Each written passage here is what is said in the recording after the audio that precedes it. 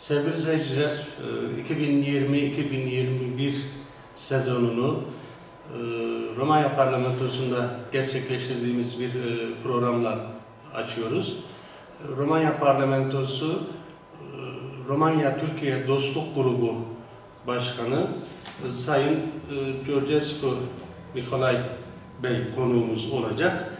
Kendisine Romanya'daki yabancı yatırımlarla ilgili sorular soracağız. Beyefendi de bizi aydınlatacak. Ben ilk sorumu soruyorum. Romanya'da yabancı yatırımcıların gelişinin 30. yılı, 30 yıl oldu. Romanya'da yabancı yatırımcılardan ne bekliyordu, ne buldu? Değerlendirirseniz seviniriz. România a fost întotdeauna deschisă investițiilor străine. Politicile noastre au fost întotdeauna de a încuraja firmele străine să vină să investească în țara noastră, pentru că trebuie să recunoaștem, orice investiție străină presupune locuri de muncă noi, presupune o dezvoltare mai rapidă și mai bună și pentru țara noastră. Cel mai important lucru pe care România îl așteaptă este cel legat de predictibilitatea acestor investiții. Pentru că trebuie să recunoaștem, mai cu seamă în acest context al pandemiei COVID-19, situația este destul de dificilă și atunci predictibilitatea înseamnă tocmai păstrarea acestor locuri de muncă, înseamnă tocmai asigurarea plății acestor salarii și implicit tot ceea ce înseamnă contribuții către stat, nu? Logic, o colaborare corectă între ceea ce înseamnă investitor străin și ceea ce înseamnă statul român. Pe de altă parte însă, vreau să subliniez de la bun început că România nu mai este la începutul anilor 90.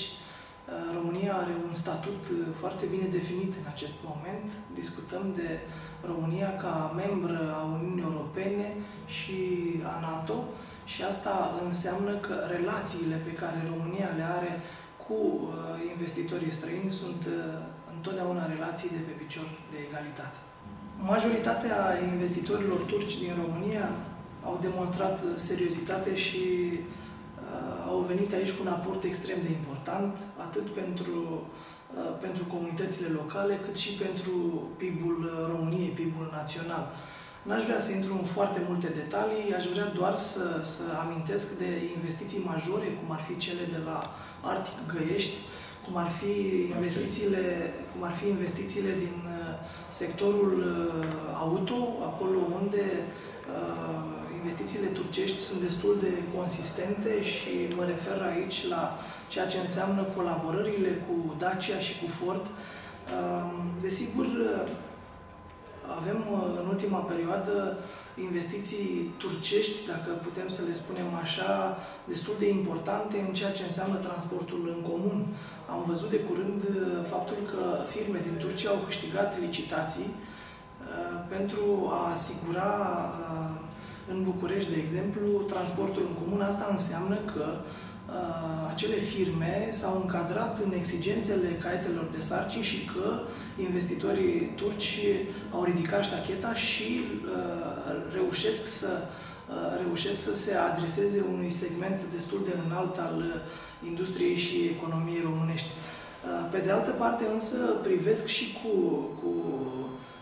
deplină emoție faptul că investitori turci s-au angrenat în ceea ce înseamnă dezvoltarea marile investiții în segmentul rutier și feroviar și trebuie să recunosc că privesc cu foarte multă atenție și îmi doresc ca aceste angrenări în aceste sectoare să se facă și să se realizeze și să fie duse la bun sfârșit, pentru că până la urmă asta este un semnal de seriozitate pe care investitorii turci îl transmit țării noastre, îl transmit României, cu atât mai mult cu cât trebuie să recunoaștem și să ne aducem aminte, implicit, România are și un parteneriat strategic cu Turcia. Sevgili izleyicilerimiz, Romanya Parlamentosu, Romanya-Türkiye Dostluk Grubu Başkanı Sayın Georgescu, aynı zamanda Argeș bölgesi parlamenteri. Dolayısıyla Argeș bölgesi de Türk yatırımlarının yoğun olduğu bir yer. Burada o bölgedeki yatırımcılarımızın çoğu da TİAD üyesi, Romanya Türk İş Adamları Derneği üyesi. Aramızda bir de konuğumuz var, TİAD Yönetim Kurulu üyesi ve Gayrimenkul ve İnşaat Komisyonu Başkanı.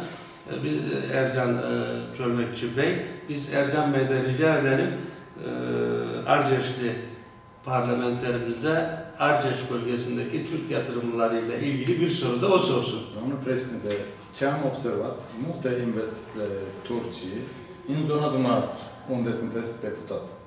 Și a venit o întrebare pe mintea mea.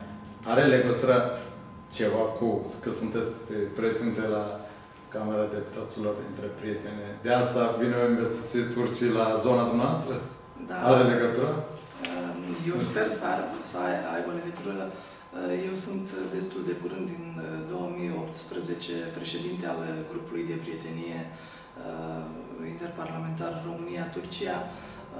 În Argeș, așa cum spuneam și mai devreme, există o componentă importantă a industriei românești, cea de automobile, Dacia, Grup Renault, și spuneam că investitorii turci fac parte din tot ceea ce înseamnă industria componentelor auto. Prezența acestora în județul Argeș este explicată prin acest fenomen. Desigur, în ultima perioadă au apărut și investitori care nu fac neapărat parte din ceea ce înseamnă industria de componente auto.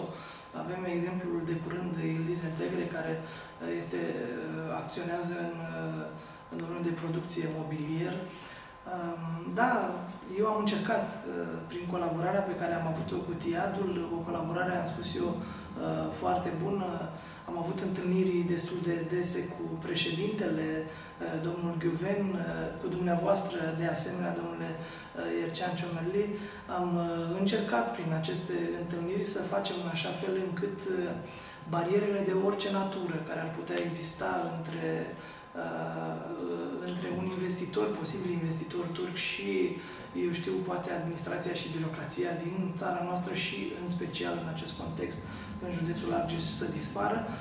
Am încercat în felul acesta să creăm facilități, pentru că, trebuie să recunoaștem, investitorii turci reprezintă un segment destul de important în tot ceea ce înseamnă investitorii străini în România. Și când spunem investitori străini, ne gândim China, ne gândim Turcia, ne gândim și la investitorii occidentali.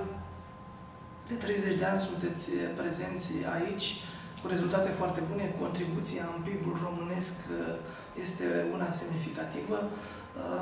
Sper eu ca în continuare această colaborare să fie una serioasă și exemplele negative care sunt, din păcate, pentru că dincolo de mari investitori care au venit și au dezvoltat, și mă întorc la acest exemplu al industriei auto, avem exemplul Dacia, avem exemplul Ford.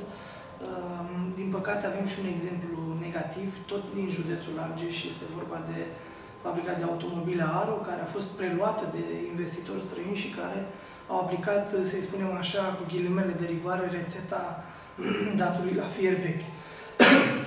Din punctul meu de vedere, atâta timp cât investitorii dau dovadă de predictibilitate, de seriozitate, de o colaborare corectă cu statul român este deschis în a susține, pentru că printr-o astfel de colaborare toate părțile implicate au de câștigat. Sevgili seyirciler, biz sohbet ettiğimiz şu anda birkaç saat sonra Romanya Parlamentosu'nda hükümet için verilmiş bir genç soru önergesi var. O oylanacak. Dolayısıyla herkesin beyni ve zihni orada. Böyle sıkışık bir zamanda bize vakit ayırdığı için Sayın Başkan'a teşekkür ederek son sorumuzu soruyoruz. Romanya bundan sonra Türk yatırımcıları başta olmak üzere yabancı yatırımcılardan neler bekliyor? Da, într-un fel am anticipat întrebarea dumneavoastră, am spus și mai devreme, încercând să răspund la precedenta întrebare, faptul că autoritățile românești nu au făcut nicio diferență între ceea ce înseamnă investitorul străin și investitorul român. Din punctul meu de vedere, seriozitatea cu care investitorul străin a venit în această țară a fost răsplătită într-un mod direct, nemijlocit.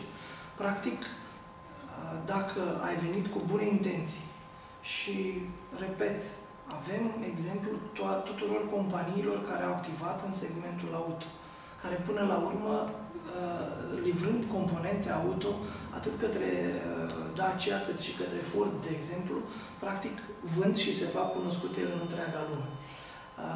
Nu cred că în ceea ce înseamnă privatizarea, deci trecerea din portofoliul statului în portofoliul privat, s-a făcut oarecum favorizând capitalul intern în defavoarea capitalului extern. Sub nicio formă, lucrurile din punctul meu de vedere au fost echilibrate.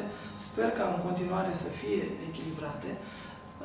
În momentul în care, din partea investitorilor străini, există ceea ce înseamnă corectitudine din toate punctele de vedere, statul român se bucură să vă aibă parteneri, statul român se bucură de prezența dumneavoastră în țara noastră, pentru că până la urmă toate țin de niște indicatori și se răsfrâng într-o formă sau alta în dezvoltarea țării noastre și în dezvoltarea parteneriatului strategic care, repet, există între România și Turcia.